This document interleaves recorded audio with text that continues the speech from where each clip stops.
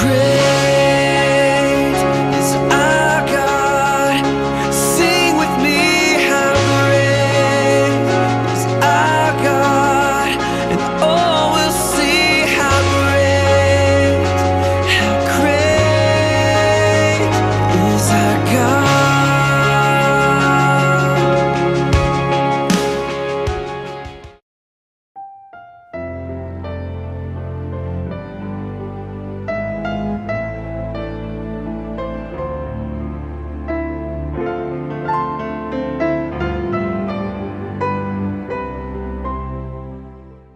바울은 예수 그리스도 안에 있는 넘치는 은혜에 대해서 설명하면서 죄가 더한 곳에 은혜가 더욱 넘쳤다고 선언했습니다.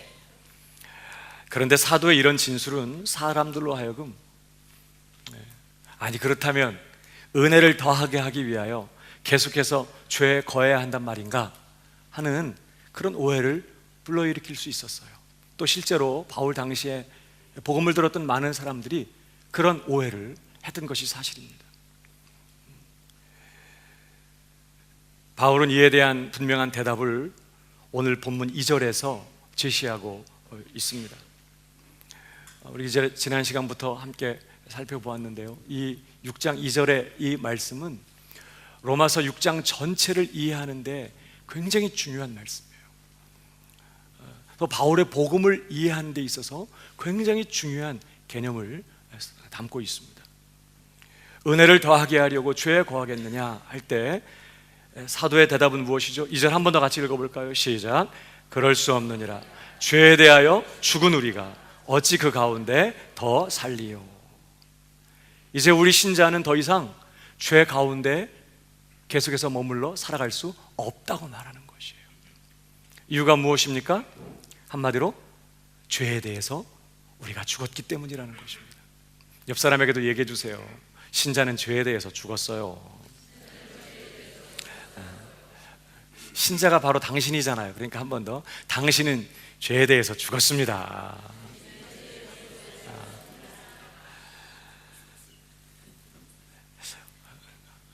우선 이 죄에 대해서 죽었다, 우리가 죄에 대해서 죽었다라고 그렇게 선언하고 있는데요, 이 죽었다는 동사가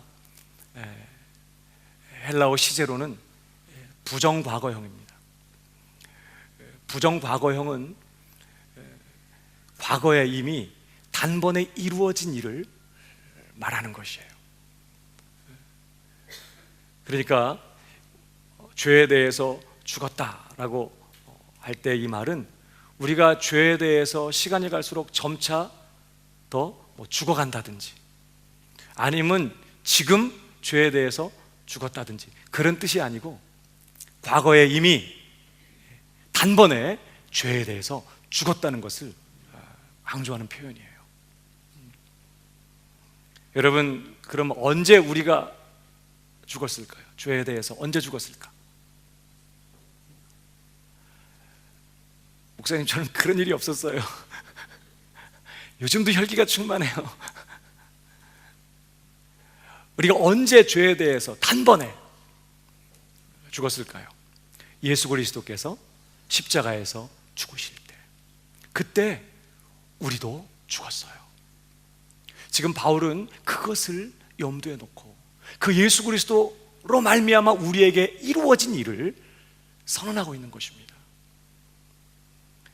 여러분, 그래서 로마서 6장 이제 3절부터 6장 전체에서 이 2절의 말씀을 더 구체적으로 설명하고 있는데 10절에 가면 이렇게 말해요. 그의 죽으심은, 예수 그리스도의 죽으심은 죄에 대하여 단번에 죽으심이요 그의 살으심은 하나님께 대하여 살으심이니 이와 같이 너희도 너희 자신을 죄에 대하여는 죽은 자요 그리스도 예수 안에서 하나님을 대하여는 산 자로 여길지어다.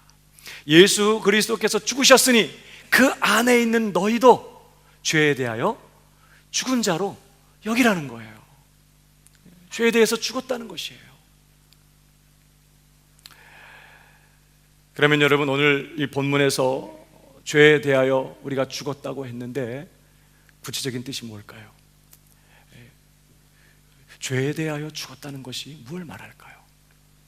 이 말은 신자가 더 이상 죄를 안 짓는다거나 혹은 죄를 안 짓기로 했다는 그런 말이 아닙니다. 물론 신자는 날마다 회개하며 죄로부터 돌아섭니다. 오늘도 죄 짓지 않기를 결정합니다. 그러나 오늘 이 말은 그런 말씀이 아니에요. 또 우리가 죄에 대해서 죽었다는 이 말은요, 우리가 죄와 관계를 끊었다든지 혹은 죄를 멀리한다는 말도 아니에요. 물론 신자는 죄를 끊고 오늘도 죄를 멀리하며 죄와 상관없는 삶을 살기를 결정하고 또 그렇게 살아요, 힘을 써서. 그러나 사실 여전히 오늘도 넘어지고 죄를 짓기도 하는 것이 사실입니다. 여기 우리가 죄에 대해서 죽었다라고 하는 말은 그러면 뭘 말할까요? 이것은 한마디로 사도 바울이 바로 앞장에서 5장 12절로부터 21절까지의 내용에서 말해왔던 것의 요약이에요. 5장 12절로부터 21절까지에서 바울은 뭐라고 선언했죠? 이전에 우리는 누구 안에 있었어요? 아담 안에 있었어요. 그러나 이제는 우리가 누구 안에 있죠? 예수 그리스도 안에 있습니다. 이전에 우리가 아담 안에 있을 때는 죄와 사망의 왕노릇 아래에 있었어요. 죄가 권세를 가지고 우리를 지배하고 통치하는 그 자리에 있었어요. 그러나 이제 우리는 예수 그리스도 안에서 생명과 은혜가 왕노릇하는 그 자리 아래에 있게 되었다는 것이에요. 그것이 5장 12절부터 21절까지 바울이 줄기차게 해왔던 내용이거든요. 오늘 우리가 죄에 대하여 죽었다고 하는 말은 바로 그것을 한마디로 요약하는 말이에요. 그러니까 우리가 죄에 대해서 죽었다는 말은 소극적으로 표현하면 이제 우리는 더 이상 죄의 왕노릇 아래 있지 않다는 뜻입니다. 내가 경험적으로 체험적으로 죄를 덜 짓는다든지 죄를 안 짓게 된다는 그런 얘기를 하는 게 아니라 예수 그리스도 안에서 우리에게 일어나 버린 일, 원리적으로 우리의 것이 되어버린 바로 그 일을 선언하고 있는 거예요. 우리를 더 이상 죄의 왕노릇 아래 있지 않는다는 것이에요. 죄가 지배하고 죄가 통치하는 그 자리에 있지 않아요.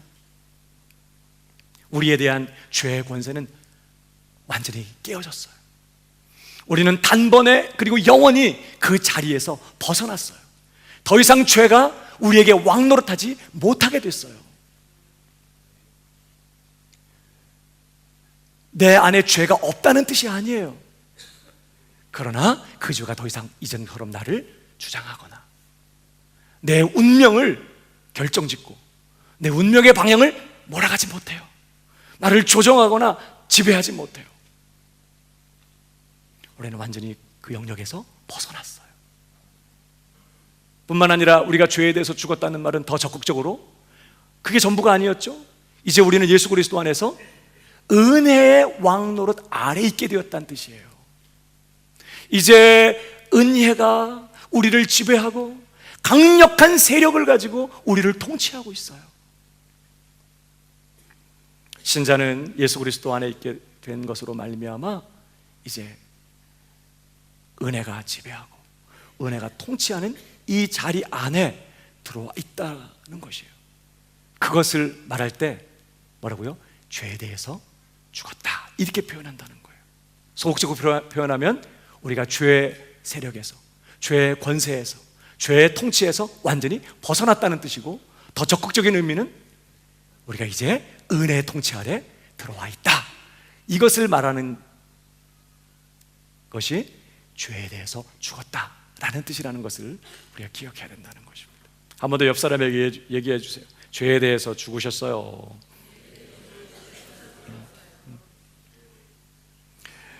그러니까 여러분, 우리가 죄에 대해서 죽었다는 것은 우리가 지금 죄를 덜 짓느냐 안 짓느냐, 얼마나 죄를 짓느냐, 지금 이 문제를 얘기하는 게 아니라 이 두 가지네요. 죄의 왕노릇하는 자리에서 완전히 벗어나서 이제는 은혜가 지배하고 은혜가 왕노릇하는 자리에 있게 되었다는 것을 의미하는 말이라는 것을 우리가 마음에 기억하면서, 여러분, 그런 의미에서 신자는 더 이상 이제 죄의 권세 아래 있지 않고 은혜의 통치 아래 옮겨져 있는, 그에 속한 영역이 바뀌어져 있는 그런 사람이라는 것을 우리가 기억해야 되겠습니다. 그래서 예수님께서 요한복음 5장 24절에도 이렇게 말씀합니다. 다 같이 읽어보겠습니다. 시작. 너희에게 이르노니 내 말을 듣고 또 나 보내신 이를 믿는 자는 영생을 얻었고 심판에 이르지 아니하나니 사망에서 생명으로 옮겼느니라. 신자는 옮겨진 사람이에요. 어디에서요? 사망에서. 이전에 우리가 종노릇하고 우리가 매여 있고 우리가 붙들려 있던, 우리가 소속되어 있던 바로 그 사망에서부터 어디로? 생명애로 옮겨져 버린 사람이에요. 우리의 소속과 우리의 영역이 완전히 바뀌어졌어요. 사도행전을 보면 하나님께서 바울을 부르셔서 바울을 이방인들에게로, 택하심을 받은 자기 백성에게로 복음을 들려 보내실 때 바울에게 하셨던 말씀을 이제 바울이 간증 형식으로 소개하는 대목이 나오는데, 거기 이렇게 바울이 고백하고 있어요. 하나님께서 뭐라고 말씀하셨냐면 사도행전 26장 17절, 이스라엘과 이방인에게서 내가 너를 구원하여 저희에게 보내어 그 눈을 뜨게 하여 어두움에서 빛으로, 사단의 권세에서 하나님께로 돌아가게 하고. 이게 구원입니다. 지금 바울을 보내시는 목적이 뭐라고요? 복음을 선포해서 그들의 눈을 뜨게 해서 그들이 지금 매여 있는 어두움에서 어디로? 빛으로, 사망의 권세에서 어디로? 하나님께로 돌아가게 하기 위하여, 돌아오게 하기 위하여 바울을 보내고 있다는 거예요. 여러분, 어둠과 빛은 동시에 한 자리에 있을 수 없어요. 그곳이 어둠으로 충만하다면 거긴 빛이 없는 거예요. 그러나 거기에 빛이 있다면 결코 거기에 어둠은 있을 수 없어요. 이전에 우리는 어둠 속에 있었어요. 그러나 이제 거기에서 완전히 꺼내셔서 어디로? 빛으로.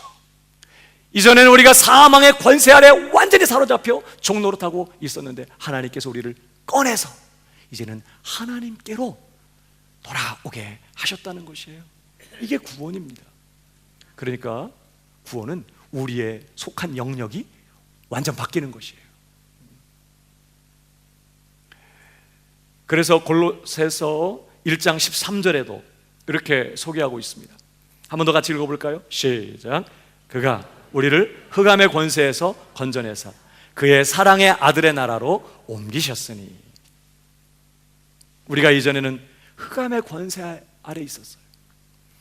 죄와 사망과 사단과 지옥의 권세가 왕노릇하는 그 나라 백성이었어요. 누구도 스스로 거기에서 탈출할 수 없었고 꺼내줄 수도 없었어. 그러나 하나님께서 우리를 거기서부터 강력한 권세로 건져내시는 것이에요. 그리고 이제 생명과 은혜가 왕노릇하는 그 아들의 나라로 옮겨버리셨어요. 그러니까 신자는 옮겨진 사람이에요. 그가 이전에 속해 있던 자리에서 완전히 벗어나서 전혀 새로운, 이제는 은혜가 강력한 세력으로 왕노릇하는 바로 그 자리로 옮겨진 사람들, 신자라고 하는 것입니다. 그래서 빌립보 3장 20절은 이렇게 선포하죠. 한번 더 읽어볼까요? 시작. 오직 우리의 시민권은 하늘에 있는지라. 비록 이 땅에 살고 있지만, 오클랜드에서, 뉴질랜드에서 이 나라의 영주권과 시민권을 가지고 살고 있지만 우리의 시민권은 어디에 있다고요? 하늘에 있어요. 우리는 이 세상을 살아가고 있지만, 이 땅에 발을 디디고 있지만 우리의 소속은 이 땅이 아니에요. 이 세상이 아니라는 거예요. 우리는 하늘나라 식민이고 하늘나라 백성이라는 뜻이에요. 옮겨졌어요. 그러니까 반복해서 말씀드리지만 신자는 이제 죄가 왕노릇하고 죄가 지배하고 죄가 통치하는 그 자리에서 완전히 벗어나서 하나님의 은혜가 왕노릇하고 지배하고 통치하는 그 자리로 옮겨진 사람이다 라는 것을 성경은 끊임없이 우리에게 말씀하고 있는 것이죠. 이것을 죄에 대하여 죽었다 이렇게 표현하는 것입니다. 그러니까 내가 체험적으로 경험적으로 얼마나 죄를 안 짓고 있느냐, 죄를 끊었느냐 이런 걸 말하는 게 아니라 이미 예수 그리스도 안에서 우리에게 일어나 버린 일, 이제 그리스도 안에서 이제 우리에게 되어진 바로 그 일. 더 이상 우리는 죄의 왕노릇 아래 있지 않아요. 우리는 은혜의 왕노릇 안으로 옮겨져 버린 사람이에요. 한 번 더 옆 사람에게 얘기해 주세요. 우리는 죄에 대해서 죽었어요. 이렇게 우리가 죄에 대하여 죽었기 때문에, 우리의 속한 영역이 완전히 옮겨졌기 때문에 더 이상 이전의 그 자리에 계속해서 살 수 없다.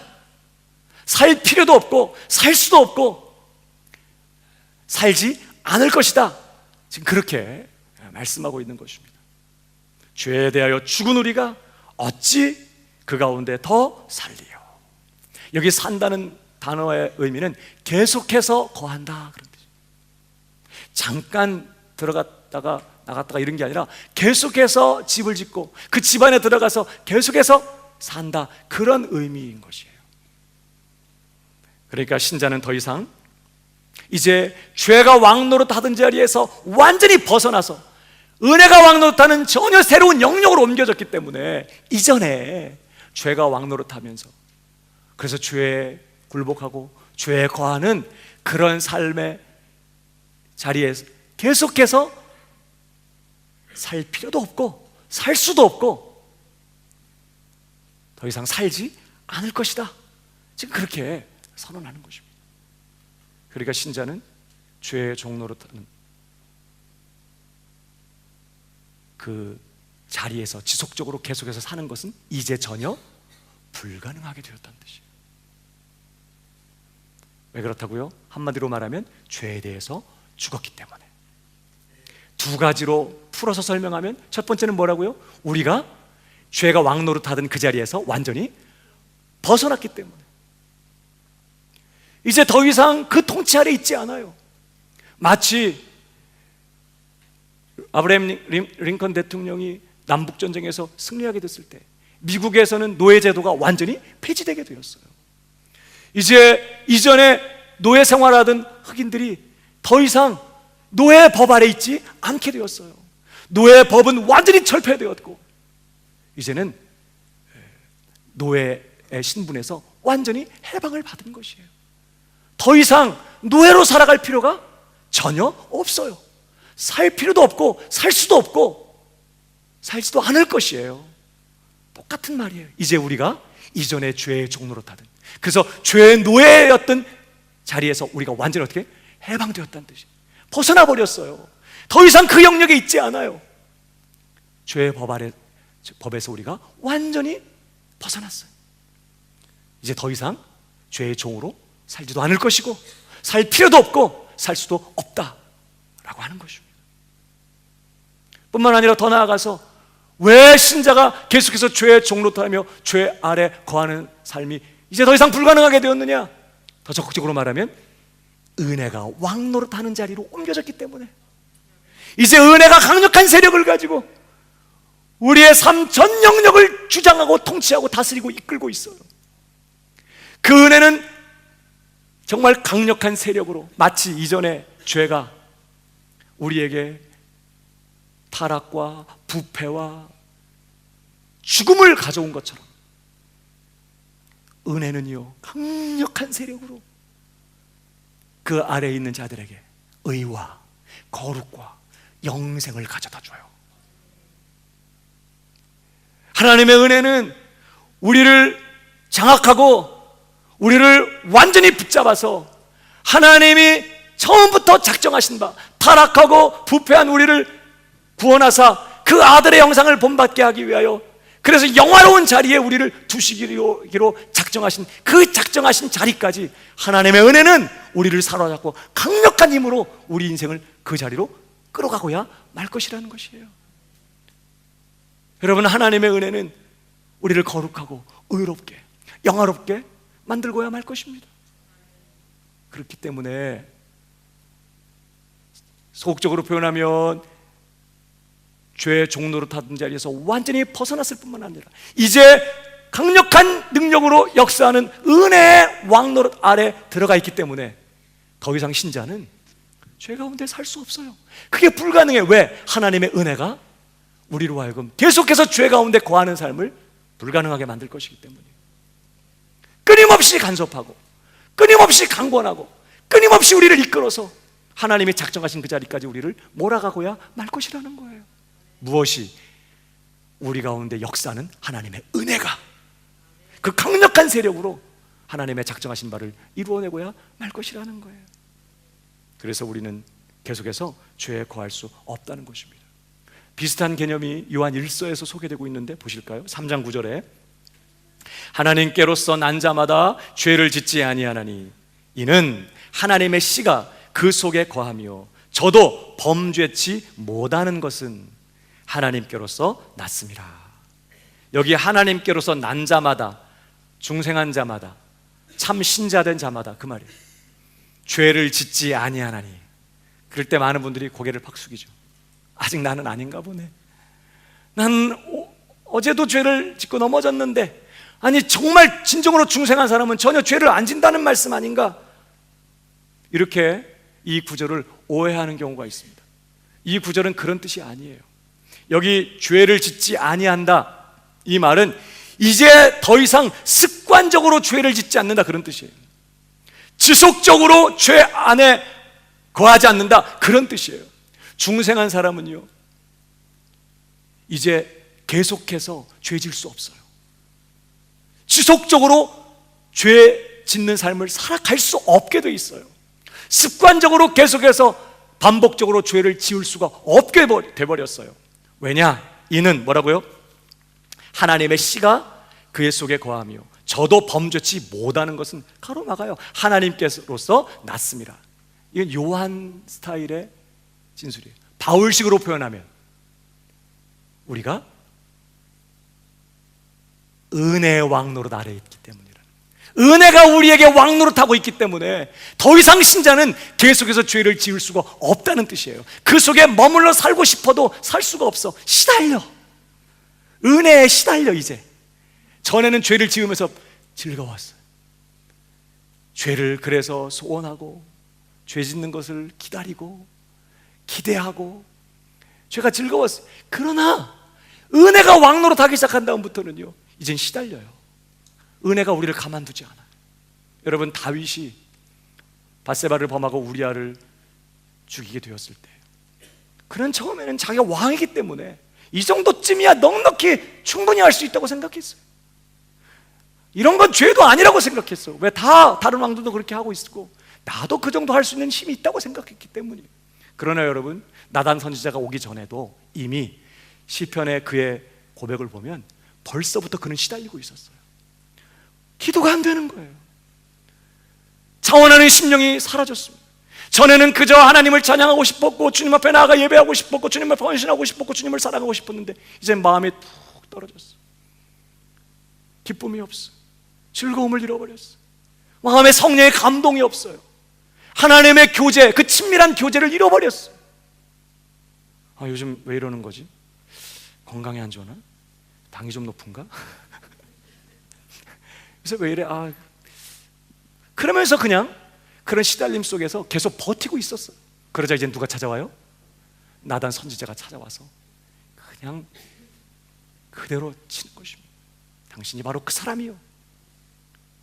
결국은 그가 굴복하고 회개하고 그 죄로부터 철저하게 돌이키게 되는 자리까지, 주여 나를 긍휼히 여기시고 내 모든 죄를 도말하소서, 내가 죽기만 범죄하였나이다.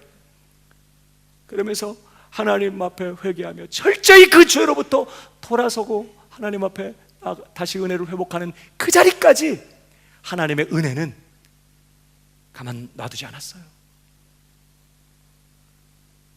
간섭하고 강권하고 마음을 아프게 하고 양심을 찌르고, 그래도 안 되니까 선지자를 보내고, 그래서 회개를 시키고 죄 가운데 계속 눌러앉아 있지 못하도록 하나님의 은혜는 그를 몰아쳤다는 것이죠.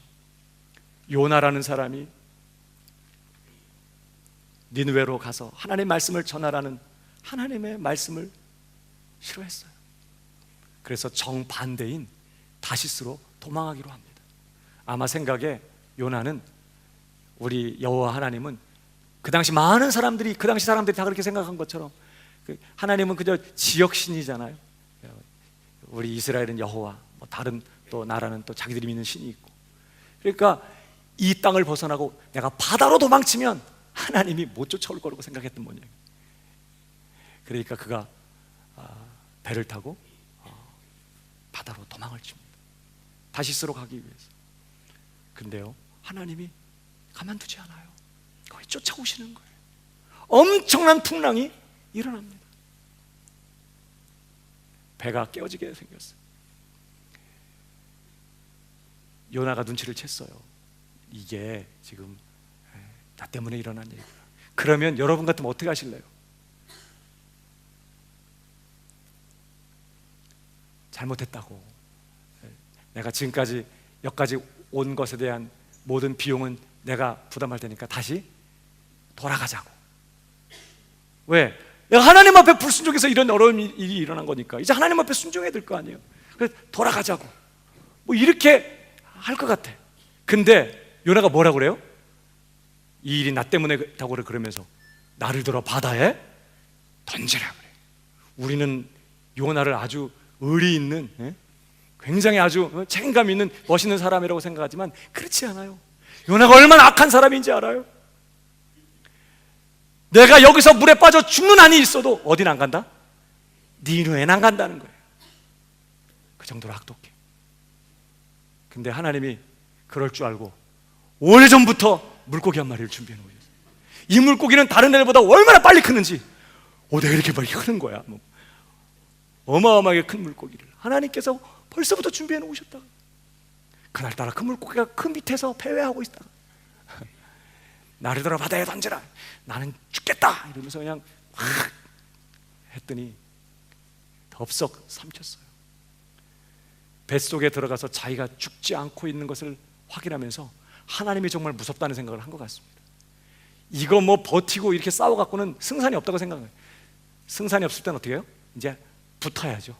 항복하는 것입니다. 그래서 하나님 앞에 회개하고 항복한다고 하지만 사실 다 무너진 게 아니에요. 요나의 마음에는 여전히 니느웨에 대한 부담이 있어요. 그가 하나님의 말씀을 들고 니느웨에 가지만, 자, 3일 길을 가야 되는 그 성읍에서 며칠만 가요? 하루만 가면서, 그것도 하나님께서 너희들의 죄 때문에 이 성을 멸망시킬 거니까 회개하라, 이제 이렇게 말해야 되거든요. 근데 그 회개하라는 말은 빼. 어쩌라고? 그냥 뭐라고만 말해요? 40일이 지나지 않아 이 성이 망할 것이다, 이렇게만 아주 악담을 하고, 그렇게만 하고 하루길만 딱 가는 거예요. 그러니까 무슨 생각이에요? 제발 회개하지 마, 너희들은 망해야 돼, 이런 뜻이. 가긴 가지만 마음으로 하나님 앞에 굴복하지 않아요. 그리고는 이제 얼른 이제 언덕 위로 올라가서 그 성읍이 내려다 보이는 곳에 올라가서 지켜보는 거예요. 언제 망하나. 그러고 있는데 무슨 일이 벌어졌어요? 거기서 회개 역사가 일어난 거예요. 왕으로부터 짐승들까지 다 막 금식하면서 온 국민이 다 하나님 앞에 죄를 자복하고 회개하는 일이 일어났네. 하나님께서 뜻을 돌이키시고 재앙을 내리지 않는 거예요. 열받았습니다. 요다.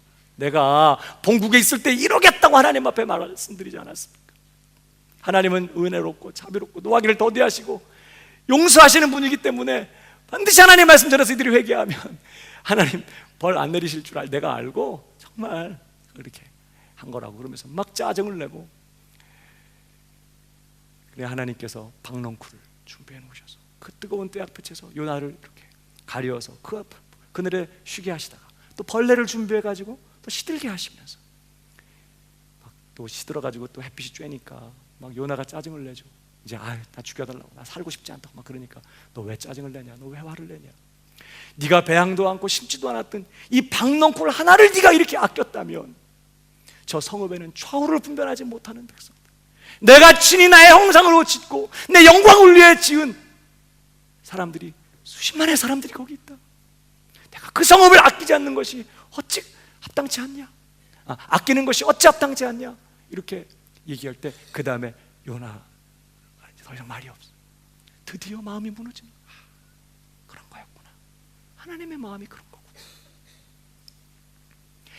그러니까 뭐예요? 하나님의 은혜가 하나님 앞에 불순종하고 끝까지 끝까지 자기 고집대로 가려고 하고 끝까지 자기 생각을 버리지 않으려고 하는 이 강팍한 요나를 사로잡고 어느 자리까지? 하나님 앞에 굴복하되 전적으로 하나님 앞에 항복하는 그 자리에서 하나님을 인정하고 하나님 앞에 항복하는 그 자리에 서기까지 끊임없이 뭐예요? 요나를 밀어붙이고 설득시키고 요나를 끌고 가는 것이에요. 그러니까 하나님의 이 은혜의 통치 아래에 있는 신자는 절대로 더 이상 죄 가운데 머물러 있을 수가 없어요. 은혜가 그것을 허락하지 않아. 가만두지 않아요. 그래서 하나님의 은혜의 왕노릇 안에 있는 신자들은 더 이상 죄 지으며 사는 일이 불가능해요. 신자는 이제 더 이상 죄 지으며 사는 일이 불가능해졌어요. 왜요? 죄에 대해서 죽었기 때문에. 서구적으로 표현하면 이제 우리가 죄에 통치하고 죄가 지배하고 죄가 요구하고 죄가 주장하는 죄가 다스리는 영역에서 완전히 벗어났기 때문에 뿐만 아니라 더 적극적으로 이제는 은혜가 지배하고 은혜가 강권하고 은혜가 왕노릇하는 그 자리에 들어가 있기 때문에 신자는 더 이상 죄 아래 사는 일이 불가능하다. 그러므로 은혜를 더하게 하려고 죄에 거한다? 이건 말이 안 된다. 지금 그렇게 단언하고 있는 내용인 것이죠. 자, 그럼 이제 실제적인 고민이 하나 있어요. 그럼 목사님, 자, 예수 그리스도 안에 있는 신자가 이제 죄의 왕노릇 아래서 완전히 벗어나가지고 죄의 지배와 죄의 통치에서 완전히 벗어나가지고 이제 예수 그리스도 안에서 은혜의 왕노릇 아래 들어가 있다면, 그래서 죄에 대해서 철저하게 죽어 있다면 왜 나는 요즘 계속 죄를 짓고 있냐고요. 그런 질문이 생겨요. 내가 정말 죄에 대해서 죽었다면 왜 아직도 나는 죄를 짓고 또 죄에 넘어지고 그런 일을 하는 겁니까? 왜 그럴까요? 이유가 있어요. 신자는 이미 죄에 대해 죽었음에도 불구하고 왜 죄에 넘어지고 실패하는 일이 가능하냐? 내가 예수 그리스도 안에서 어떤 존재가 되었는지를 분명하고 정확하게 깨닫고 있지 못하기 때문에 그래요. 죄를 짓는 것은 그 이상도 그 이하도 아니에요. 여러분 생각해 보십시오. 미국에서 노예제도가 완전히 폐지돼 가지고 이제 일평생 노예 생활하던 노예가 이제 노예 법에서 벗어나서 해방을 받았다고 생각해 보십시다. 그는 더 이상 노예가 아니에요. 그죠? 노예 법 아래 있지 않아요. 이제 누구의 종도 아닌 것이에요. 그는 자유예요. 그런데 이전에 자기를 부리던 그 포악하고 무서운 주인을 보는 순간, 길에서 그를 만나는 순간 어떤 일이 벌어질까? 가슴이 막 벌렁벌렁거리고 막 가슴이 두렵고 막 떨리는 것이에요. 야, 송, 이리 와봐. 그랬더니 갑자기 어때? 이전에 하던 대로 그냥 쫓아가서 고개를 머리 숙이고 조아리면서 시키는 대로 또 하는 것이에요. 그는 전혀 종이 아니거든요. 이제 더 이상 종이 아니고 그에게 굴복할 필요가 전혀 없음에도 불구하고 너무나 오랜 세월 동안 노예로 살아오면서 노예의 생활 습관과 사고 방식이 완전히 그를 붙들고 있는 것이. 그러니까 이전에 주인 목소리만 들어도 또다시 가슴이 벌렁벌렁거리고 막 부르면 막 어떨 줄 모르는 거. 어떻게 해야 되나 뭐 나보고 어쩌라고요? 왜 뭐 또 신발 묶어드릴까? 뭐 이렇게 못하는 것이에요. 나만 보면 자꾸 왜 반말로 짓거려? 뭐 이렇게 못하는 것이에요.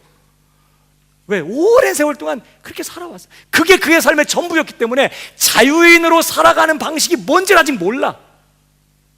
어쩌면 노예제도가 폐지됐다는 소식을 듣지 못했을 수도 있어. 그러니까 노예가 아님에도 불구하고 더 이상 아직도 자기는 노예라고 생각할 수도 있어요.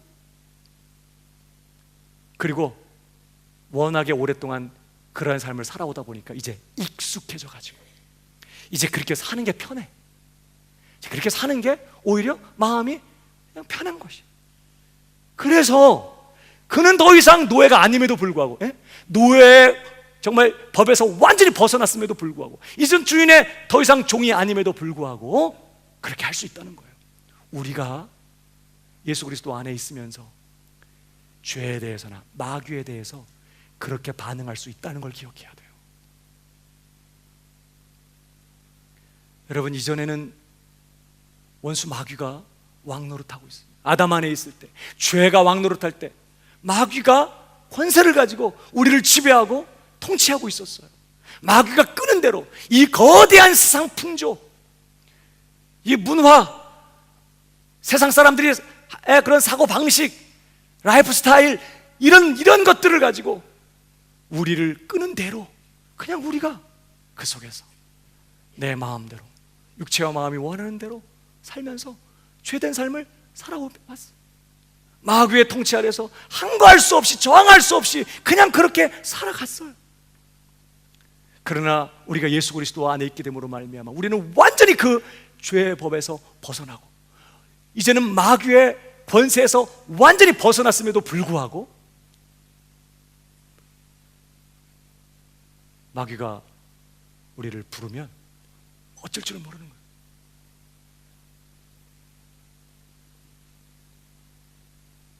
여러분, 사실은 요한일서 5장 18절을 보십시오. 같이 읽어볼까요? 시작. 하나님께로서 난 자마다 범죄치 아니하는 줄을 우리가 아노라. 하나님께로서 나신 자가 저를 지키심에 악한 자가 만지지도 못하거든요. 이제 더 이상 마귀는 우리에게 어떤 권세도 갖지 못해요. 건드릴 수 없어요. 우리한테 뭘 시키거나 우리한테 뭘 요구하거나 명령할 권리가 이제는 완전히 깨어졌다는 거예요.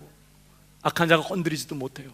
우리는 완전한 자유를 얻었고 하나님의 아들이며 딸도 됩니다. 하나님의 자녀이며 왕같은 제사장의 신분을 가진 완전한 자유인이 됐어요.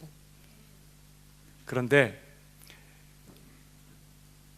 우리가 이전에 노예 생활하고 있을 때 삶의 방식이 워낙에 길들여져 있다 보니까 지금 마귀는 어떤 꼴이냐면요, 우리에게 예를 들면 그런 거예요.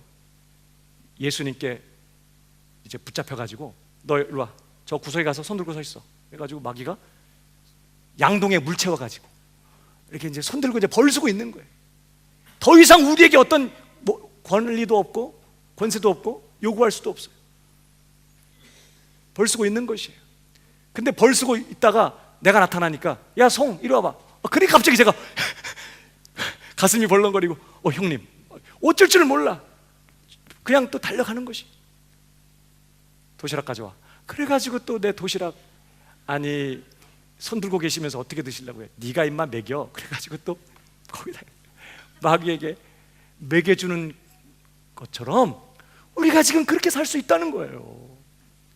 마귀가 끊임없이 우리의 생각으로, 우리의 감정으로 우리를 속이면서 야 혈기네, 그냥 네 멋대로 하라니까, 네 욕심대로, 네 생각대로 하라고. 그냥 이런 때 참으면 너 진다, 기선 제압해야 된다니까 확 뒤집어. 이렇게 막 할 때 어쩌라고 나보고 이제 네가 도대체 나한테 무슨 권리가 있다고 말해. 이렇게 못하고. 원래 그건 언제 했었어요? 옛날 사춘기 때 부모님이 뭐라고 하면, 엄마가 뭐라고 하면 나보고 어쩌라고 이랬잖아요. 이제 그걸 어디다 써먹어야 돼? 이제 우리가 마귀한테 써먹어야 되거든요. 이제는 우리가 성도들 안에는 다른 사람에게는 사랑으로 종노릇하지만 이제 마귀에 대해서는요 더 이상 그가 우리의 주인이 아니거든요. 어떤 권세도 없어요. 그가 우리에게 와서 부추기고 죄를 조장하고 죄짓도록 우리에게 막 그렇게 요구하고 명령할 때 어쩌라고 나보고, 또 네가 신발 묶고 왜 나보고 해달라고 그래, 막 이렇게 하는 것처럼 그렇게 저항하고 그렇게 대적해야 되는데 우리가 너무 오랫동안 거기에 굴복하는 삶을 살다 보니까 거기에 너무 익숙해지고, 그리고 또 뭐예요? 그렇게 살다 보니까 이제 그게 편해. 그래가지고 마귀가 사인만 줘도 그거 내가 원해 또 스타일이 그래 돼버렸어. 그래서 또 넘어지고 죄를 범할 수 있다는 거예요. 여러분, 성경은 우리에게 뭐라고 말해요? 이전에는 우리가 하나님께 대적하고 하나님께 저항하고 하나님께 굴복하지 않고 마귀가 이끄는 대로, 마귀가 유혹하는 대로 우리가 굴복하며 순종하며 따라갔어요. 그러나 이젠 뭐라고 말합니까? 야고보 4장 7절 시작. 그런즉 너희는 하나님께 순복할지어다. 마귀를 대적하라. 그리하면 너희를 피하리라. 왜 당신이 나한테 그런 요구를 하는 겁니까? 더 이상 당신은 나의 주인이 아니야. 이제 반말도 하지 마 나한테. 막 이렇게 막 대들면서 저항하고 그가 요구하는 것들을 거부하고 그리고 떠나가라 이렇게 물리치고 쫓아내고 대적하라는 거예요. 왜? 우리는 이제 그의 권세 아래 있지 않거든요. 우리는 전혀 다른 권세 아래 들어가 있고 이제는 우리 왕 대신 예수 그리스도의 권세를 가지고 내가 왕 노릇하는 자예요. 어디 와서 내한테 왕 노릇하려고 까불고 있어 이렇게 하면서 이런 시리얼 막 이렇게 찾으면서 저항하고 대적해야 된다는 거예요. 얼마나 마귀가 교묘하게 우리에게 와서 죄를 부추기는지 몰라요. 육신의 혈기대로, 정욕대로, 네 생각대로, 네 고집대로 계속 살아가도록. 하나님의 뜻은 항상 기뻐하는 것이고 쉬지 않고 기도하는 것이고 범사에 감사하는 것이고 주님이 나를 사랑하신 것처럼 끝까지 사랑하고 용서하며 선을 행하며 그렇게 친절과 사랑을 베푸는 것이지만 야 보복해, 인사하지 마, 야 용서하지 마, 억울한 마음 다른 사람 불러갖고 해서 그 사람 이 사람하고 친하지 못하도록 비방하고 험담해. 이런 식으로 몰아치는 것이. 그럴 때 너 나 더 이상 그렇게 하지 않겠어.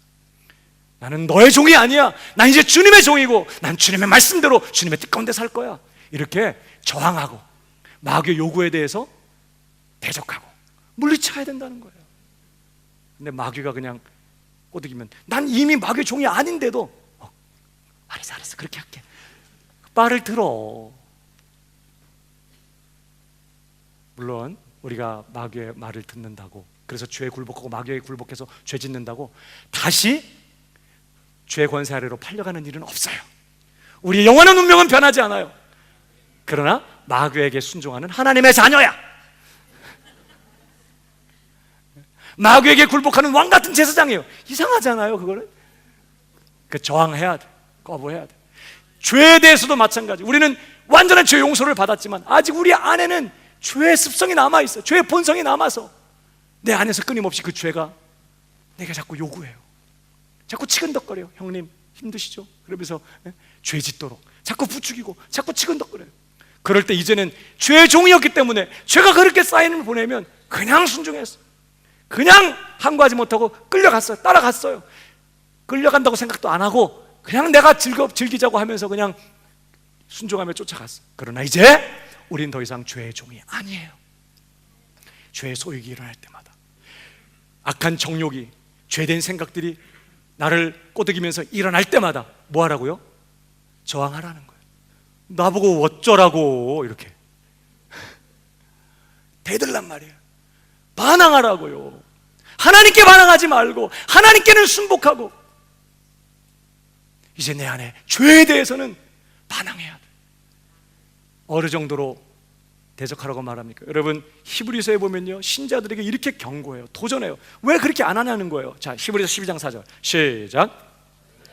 싸우되 아직 피 흘리기까지는 대항치. 지금 책망하고 있어. 죄와 싸우라는 거예요. 언제까지?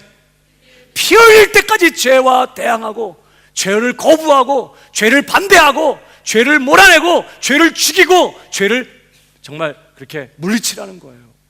왜? 이제 더 이상 우리는 죄의 종이 아니거든요. 거기에 영역에 속한 자가 아니에요. 우리는 전혀 다른 권세 아래 들어가 있고 죄는 더 이상 우리를 주장할 수 없거든요. 그러므로 죄와 싸우되 피 흘리기까지 싸우라. 오늘 로마서 6장에서 이 6장 전체에서 바로 이 부분을 이제 구체적으로 쭉 설명하는데 여러분 11절 다시 보실까요? 이와 같이 너희도 너희 자신을 죄에 대하여는 죽은 자요 그리스도 예수 안에서 하나님을 대하여는 산 자로 여길지어다. 그러므로 자 너희 자신이 죄에 대해서 죽었으므로 그 말이죠. 그러므로 너희는 죄로 너희 죽을 몸에 왕노릇하지 못하게 하여. 지금도 죄는 뭐 하려고 그래요? 우리에게 왕노릇 하려고 그래. 분수를 모르고 계속해서 왕노릇 하려고 이전에 하던 대로 막 왕노릇 하려고 해요. 그러나 더 이상 이제 왕노릇하지 못하게 하여 몸의 사욕을 순종치 말고. 더 이상 그 말 들어주지 말라는 거예요. 그 요구에 굴복하지 말라는 거예요.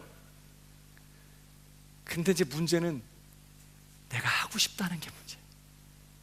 너무 오랫동안 거기 살아와 너무 거기 익숙해가지고 내가 하고 싶다는 게 문제예요. 그러나 낙심하지 마세요. 은혜가, 하나님의 은혜가 우리를 가만 놔두지 않을 거예요.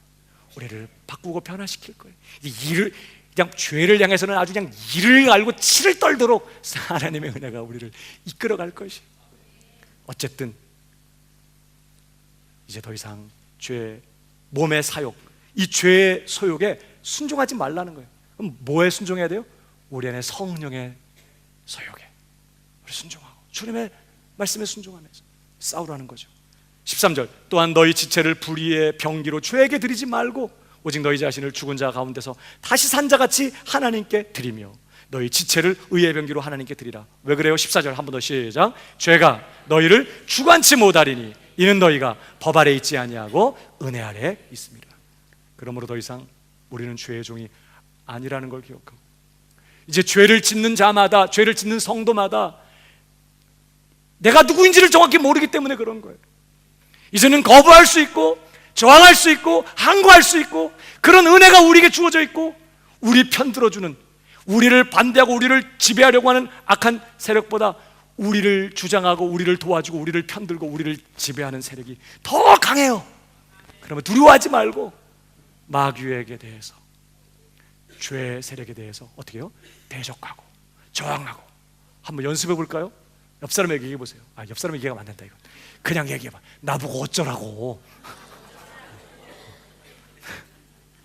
그건 이제부터 부모님에게 하는 말이 아니에요. 그건 이제부터 남편이나 아내한테 하는 말이 아니야. 그런 말은 이제 누구한테만 쓰는 거예요? 죄에 대해서만, 그리고 마귀에 대해서만. 나 절대 너에게 순종하지 않겠다고 단호하게 결정하며 나아가야 되는 것이죠. 사랑하는 여러분, 여러분 자신을 죄에 대하여는 죽은 자로 여기시고 그렇게 믿으시고 그렇게 살아가시기를 바랍니다. 마귀의 요구에 저항하십시오. 죄가 내 안에서 소욕을 일으킬 때 그 죄의 요구에 저항하고 싸우고 거기에 굴복하지 말라는 거예요. 여러분, 다시 말씀드리지만 오늘 내가 마귀나 죄의 요구에 굴복해서 죄를 짓고 넘어져도 저와 여러분의 운명과 신분과 지위는 영원히 변하지 않아요. 우린 여전히 그리스도 안에 있고 결코 정죄함이 없고 하나님의 은혜와 사랑이 결코 감소되는 일도 없어요. 다시 일어나서 계속 저항하고 넘어졌으면 또다시 일어나서 계속 항거하면 되는 것이에요. 우리는 죄에 대해서 죽었어요. 더 이상 그 왕노릇 아래 있지 않아요. 넘어져도 죄가 더한 곳에 은혜는 더욱 넘쳤고 앞으로도 계속 그럴 것이에요. 그러므로 낙심하지 말고 절대 두려워하지 말고 7번 넘어졌으면 다시 8번째 일어나서 또다시 결정하고 또다시 저항하겠다고 대적하겠다고 결심하고 그렇게 은혜 아래서 신자답게 힘있게 오늘 사는 그런 성도들 다 되시기를 주님의 이름으로 축복합니다.